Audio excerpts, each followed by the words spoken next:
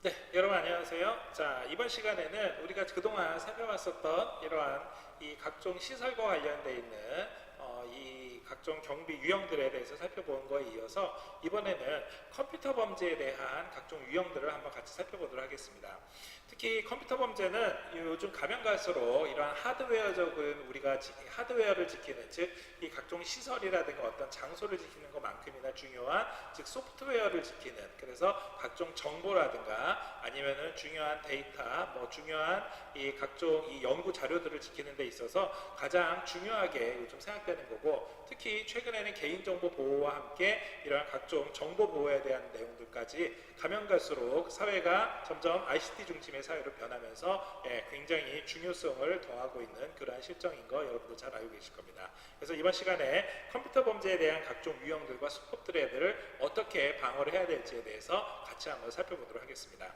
일단 컴퓨터 범죄는요, 컴퓨터를 활용을 해서 반사회적인 행위, 각종 불법 행위를 하는 모든 현상, 모든 범죄들을 통틀어서 이야기하는데요. 우리가 보통 컴퓨터 범죄의 특징이라고 하면은 잘 아시는 것처럼 일반적으로 봤었을 때 반드시 재산상의 목적으로 한다라는 것도 있겠지만, 이거 말고도 단순한 호기심이나 아니면 그거를 통해 가지고서는 자기가 어떠한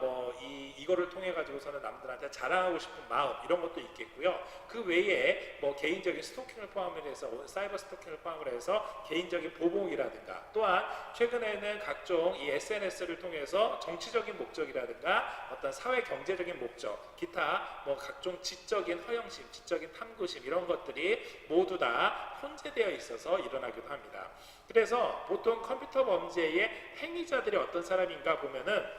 대표적인 게 각종 컴퓨터 시스템이라든가 어떠한 내부적인 어떠한 데이터, 내부적인 경영과 관련돼 가지고서는 전문 지식을 가지고 있는 사람들이 하는 경우가 많고요. 또 특히 이러한 사람들이 직접 컴퓨터 범죄를 시행하는 데 있어서 이 고도의 아주 높은 수준의 스스로의 이 컴퓨터 작동 기술, 해킹 기술, 이런 것들을 가지고 있다라는 거에 기본적으로 깔려 있기 때문에 이러한 생각이 바탕이 되다 보니까 내가 가지고 있는 기술을 내가 시연하는 데 있어 가지고서 이거를 잡지 못하면 오히려 방어 체계 자체가 잘못된 거다라는, 그래서 어떻게 보면 굉장히 일반 범죄에 대해서 이 죄의식이, 범죄의식이 굉장히 얕은 희박한 이러한 특징도 보이고 있습니다. 또 뿐만이 아니라 이러한 새로운 컴퓨터 범죄, 새로운 기법 같은 경우에는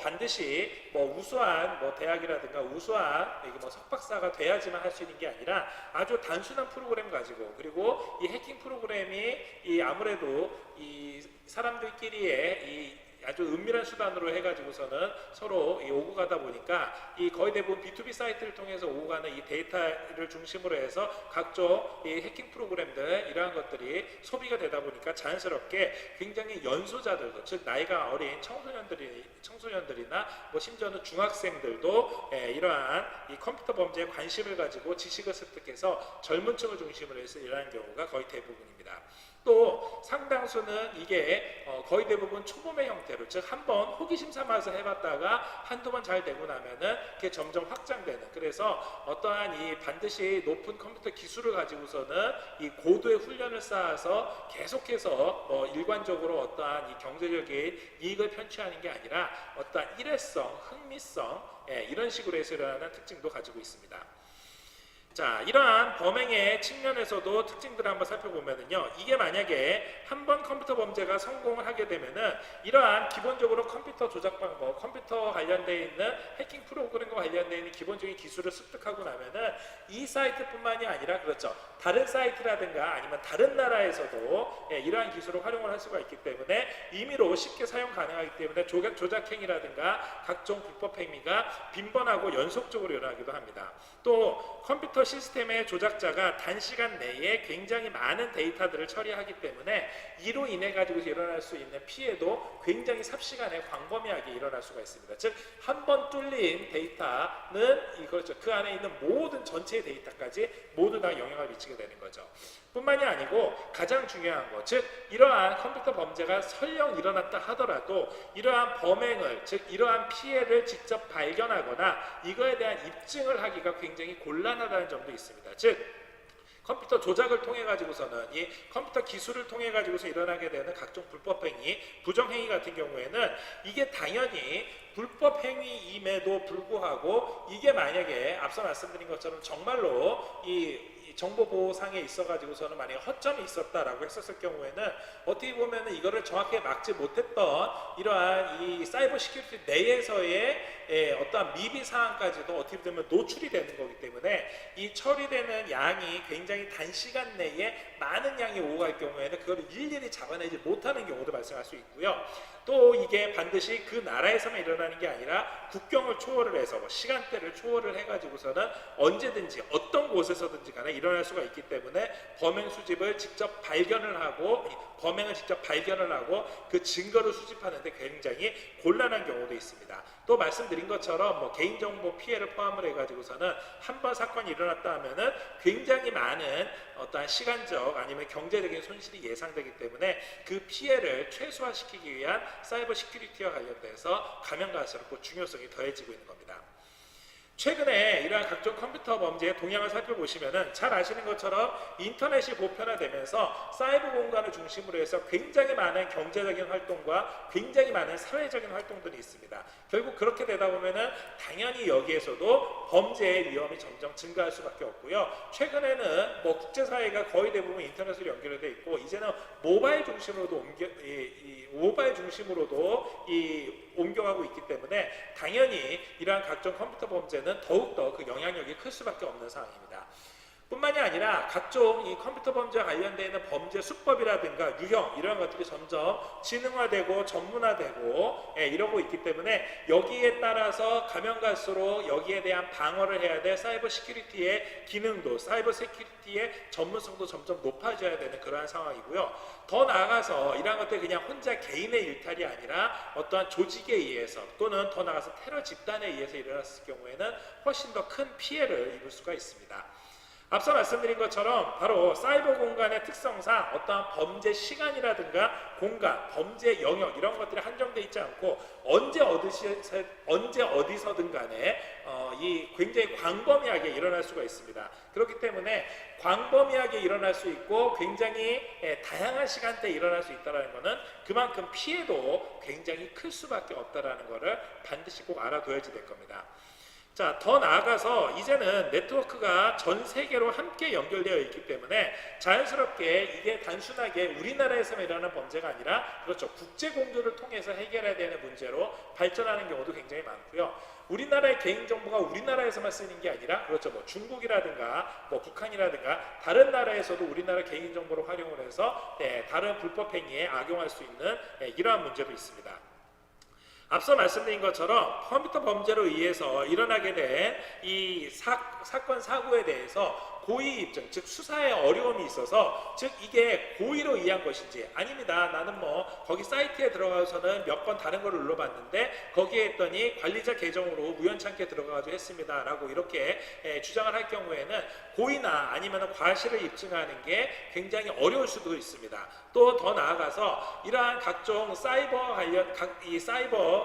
사이버 공간 내에서 산업 스파이들이 즉 기업의 어떠한 지적 재산권이라든가 새로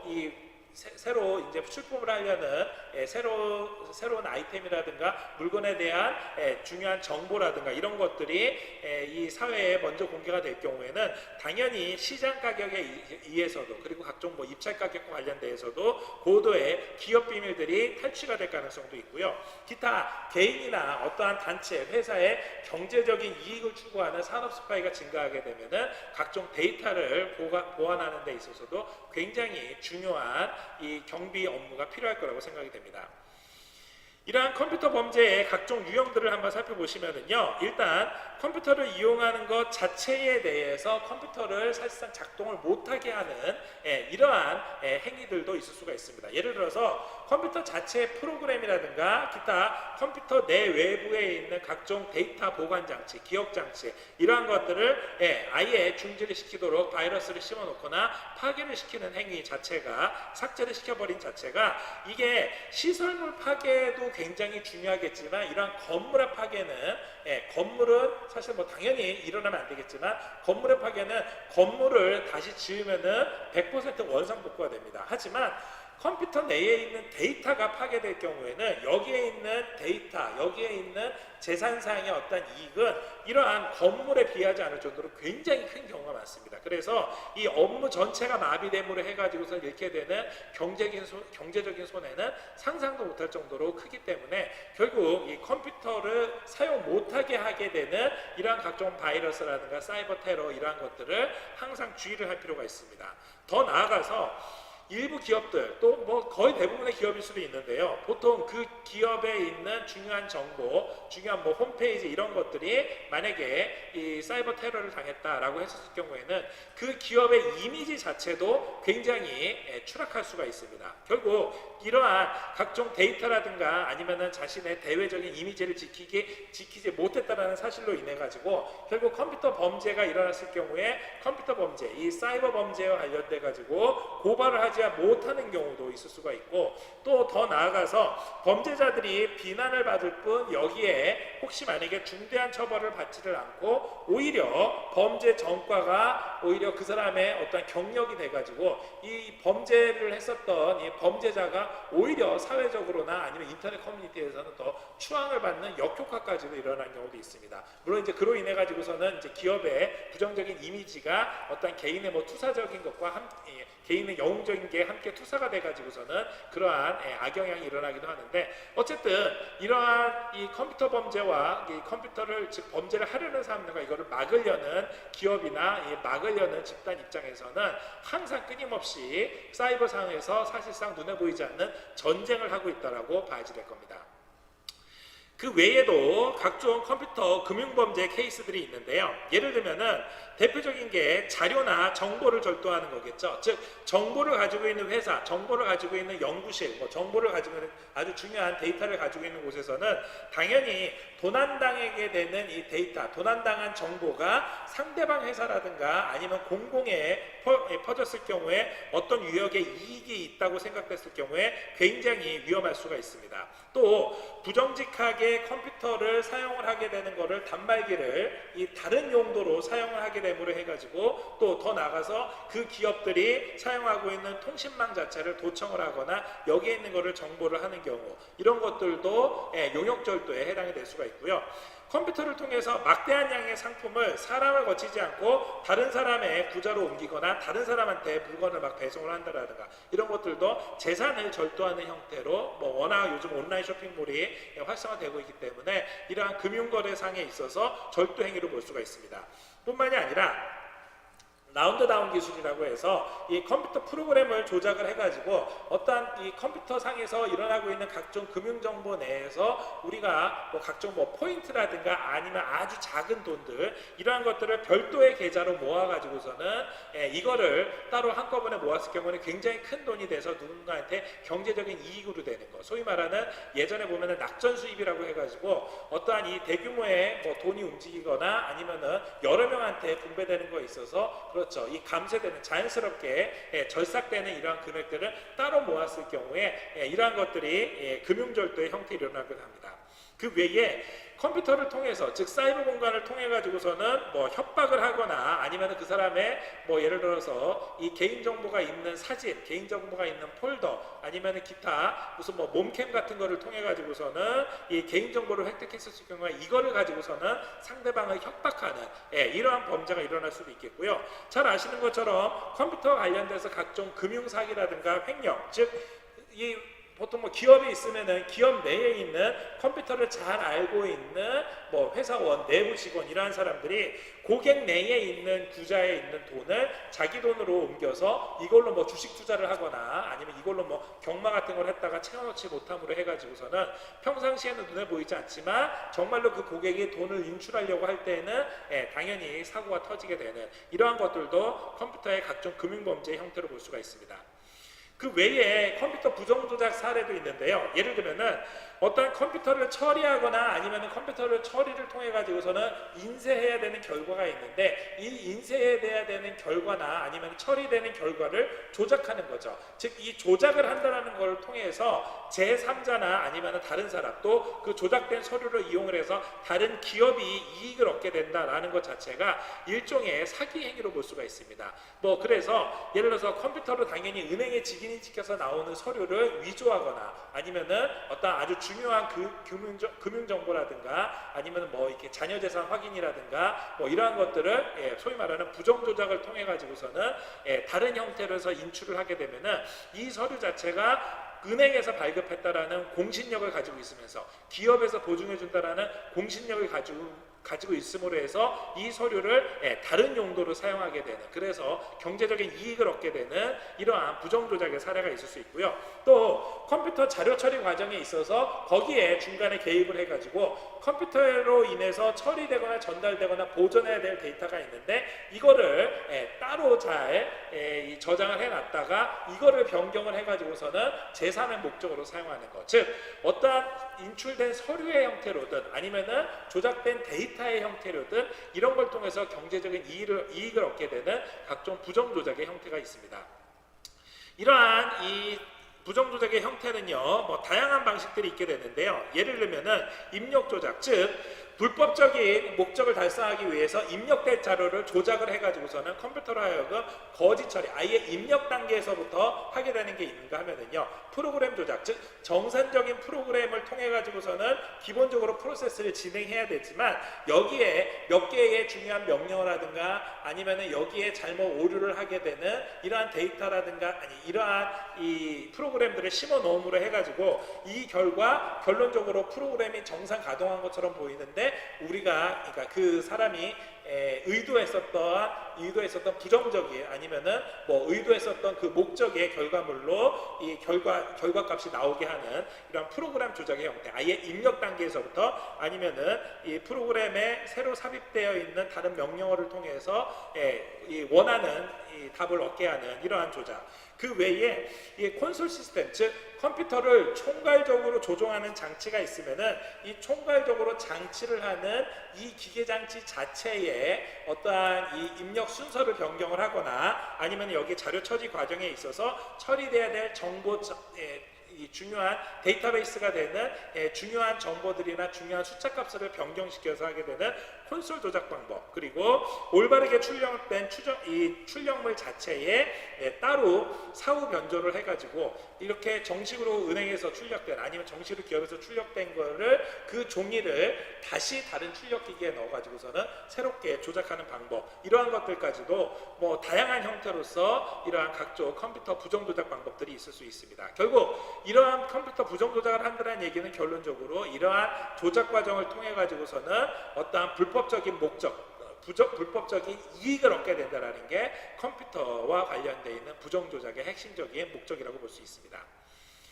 한편 컴퓨터 스파이, 즉 사이버 스파이 같은 경우에는요, 컴퓨터 시스템 내에 중요한 정보, 프로그램의 권한 없이 이거를 직접 활용하거나 여기에서 얻게 된 각종 정보나 데이터들을 외부에 누설하거나 아니면은 상대 기업에 전달함으로 해가지고서는 어떤 재산적인 손해를 입히게 되는 이러한 행위가 있겠고요. 당연히 이러한 프로그램, 이러한 자료라든가 데이터라든가 아니면 프로그램들을 불법해서 이용했다는 점에서는 자료의 이 부정 취득이라는 이러한 이 잘못된 결과를 낳게 되는 겁니다. 또 컴퓨터의 부정 사용도 마찬가지인데요. 이 다른 사람의 이 컴퓨터를 일정 시간 동안 자기가 어떤 프로그램을 심어 놓음으로 해가지고서는 자기가 조작을 해서 마치 실제로는 자기가 조작을 하지만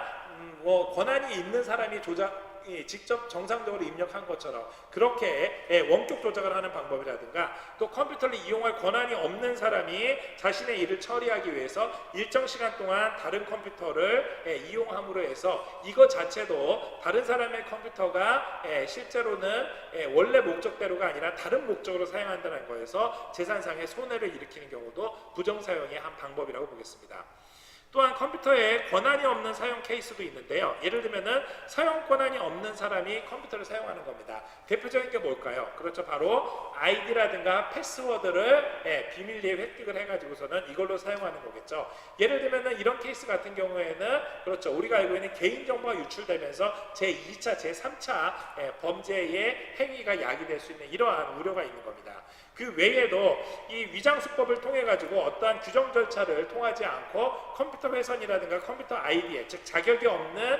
단말기라든가 자격이 없는 데이터베이스 서버에 직접 접속을 해가지고 사용 허가가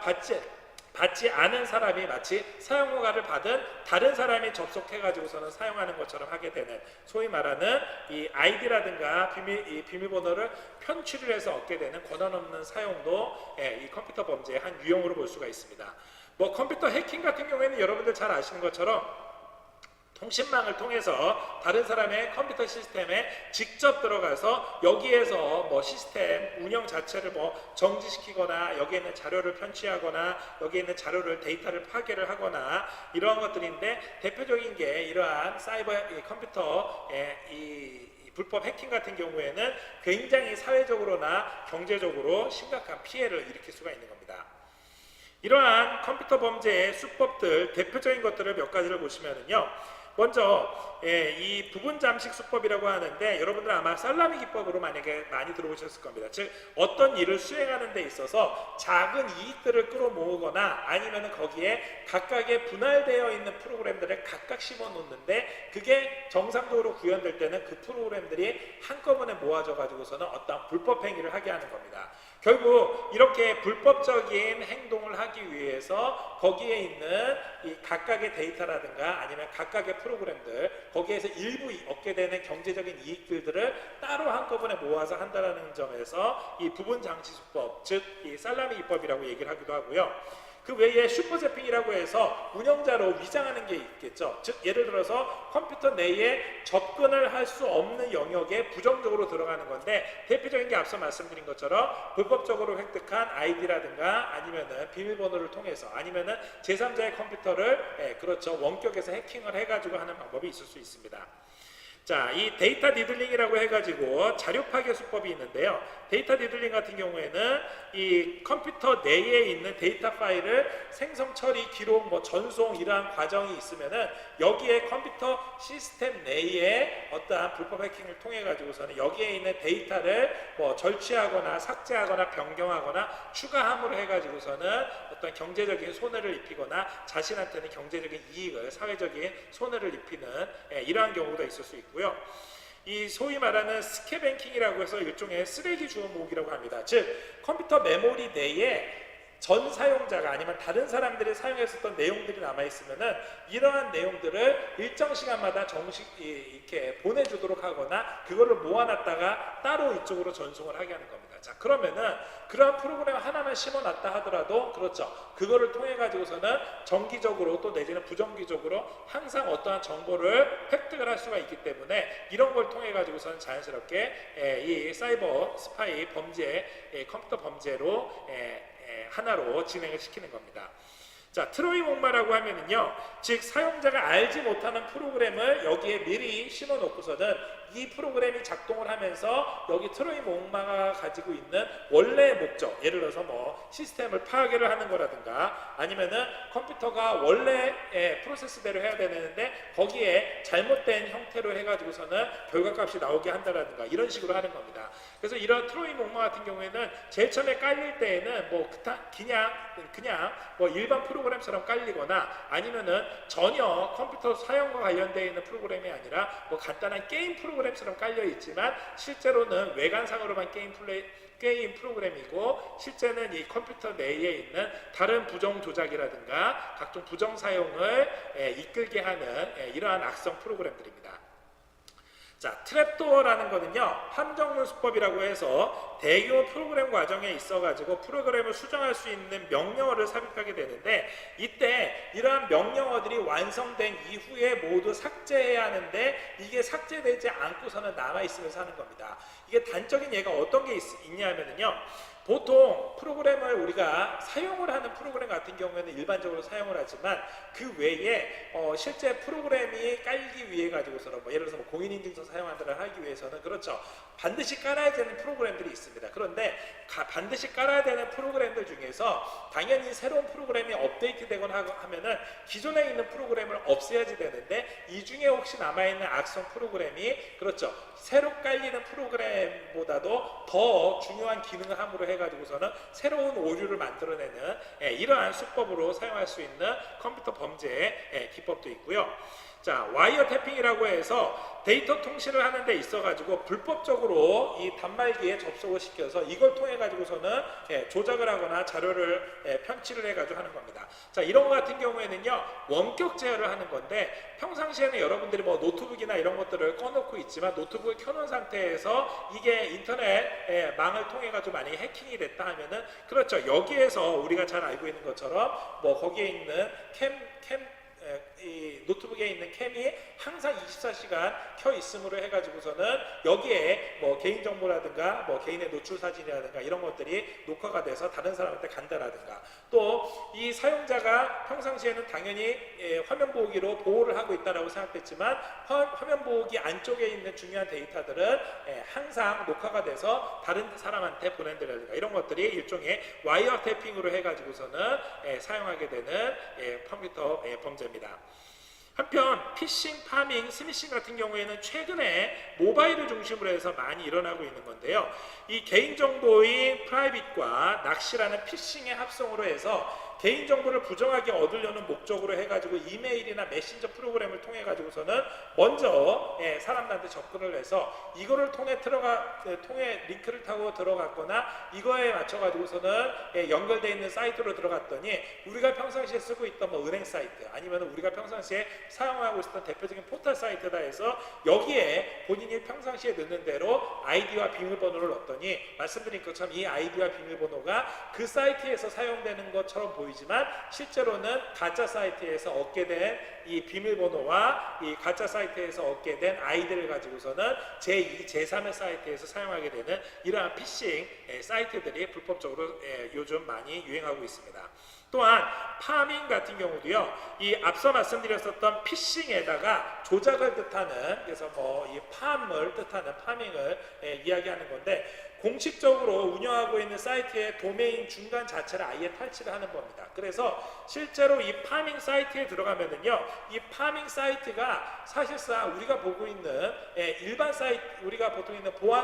보안상으로 안전하다고 생각되는 사이트와 똑같이 생긴 사이트를 함께 운영을 하는 겁니다. 자, 하지만 도메인 자체가 중간에 탈취가 됐기 때문에 결국 이것도 피싱처럼 여기에 개인정보를 사용하거나 중요한 우리가 은행 코드를 넣었을 경우에 당연히 이 보안 코드가 제3자한테 넘어가서 불법적으로 악용해서 사용되기도 하는 겁니다. 자, 스미싱 같은 경우에는 앞서 말씀드린 피싱을 SNS상으로 하는 건데, 예를 들면은 뭐 무료 쿠폰이라든가 사회적으로 굉장히 이슈가 있는 사건 뉴스에 대해 가지고서는 마치 뉴스를 전달하듯이 이렇게 뭐 초대장이라든가 쿠폰 이런 것들을 문자 메시지나 아니면은 단톡방에서 했는데, 여기에 악성 코드가 설치가 돼 있음으로 해가지고 여기에서 깔았었던 프로그램이 사실상 자신한테 어떠한 각종 결제를 하는 데 있어서 어떤 소액결제 피해라든가 금융정보를 탈취하는 목적으로 사용하는 등 이렇게 다양한 방식으로 해서 최근에는 컴퓨터 관련되어 있는 각종 금융범죄가 일어나고 있습니다. 자, 오늘 같이 살펴봤었던 컴퓨터 범죄, 우리가 일반적으로 컴퓨터로 일어날 수 있는 다양한 사건들이 최근에는 모바일까지 이렇게 확대돼서 하는 케이스도 봤고요. 이 컴퓨터 범죄라고 하면은 어떤 범죄 연속성이라든가 광범위성, 기타 이 입증의 골라성들이 이 컴퓨터 범죄의 특징으로 볼 수가 있습니다. 가면 갈수록 사이버 공간이 점점 더 확대되고 이러한 ICT 기술이 점점 중요하게 되면서 각종 범죄 위험성도 가면 갈수록 높아지고 있는 추세고, 특히 지능화, 전문화, 뭐 저연령화라든가 또 이 컴퓨터 범죄 특성상 시간과 공간, 또 뭐 국제적인 거, 국내적인 거 이런 것들 전혀 제약을 받지 않고, 특히 각종 이 산업 스파이 등이 점점 급증하면서 가면 갈수록 이 사이버 시큐리티에 대한 중요성은 강화가 되고 있습니다. 컴퓨터 범죄와 관련돼서는 컴퓨터를 이용한 각종 불법행위라든가 부정조작, 금융범죄, 뭐 컴퓨터 스파이라든가 아니면 컴퓨터를 해킹하는 것까지 다양한 형태의 컴퓨터 범죄 유형이 있을 수 있고요. 그 외에 컴퓨터 범죄의 수법도 뭐 전통적으로 우리가 알고 있는 뭐 살라미 기법이라든가 트로이의 목마 같은 것도 있지만, 최근에는 피싱이나 뭐 스미싱이라든가 파밍처럼 새로운 모바일 중심으로 있는 이러한 이 컴퓨터 범죄 수법들도 최근에는 굉장히 많이 유행하고 있기 때문에 이런 것들에 대한 유의가 각별히 필요할 것입니다. 자, 오늘 같이 살펴봤었던 컴퓨터 범죄, 우리가 주변에서도 이제 최근에는 흔히 찾아볼 수가 있기 때문에 항상 여러분들이 관심을 가지고 이러한 피해가 있지 않도록 여러분들이 경비 책임자가 된다고 그러면은 사이버 시큐리티 전문가를 따로 지정을 해서 이 사람을 통해 가지고서는 각종 이 시큐리티, 특히 사이버 시큐리티에 관련되어 있는 대비책을 항상 준비를 해 놔야 될 것이라고 생각이 됩니다. 오늘 공부했었던 내용들 퀴즈로 다시 한번 풀어보시면서 오늘 수업은 이걸로 마치도록 하겠습니다. 수고하셨습니다.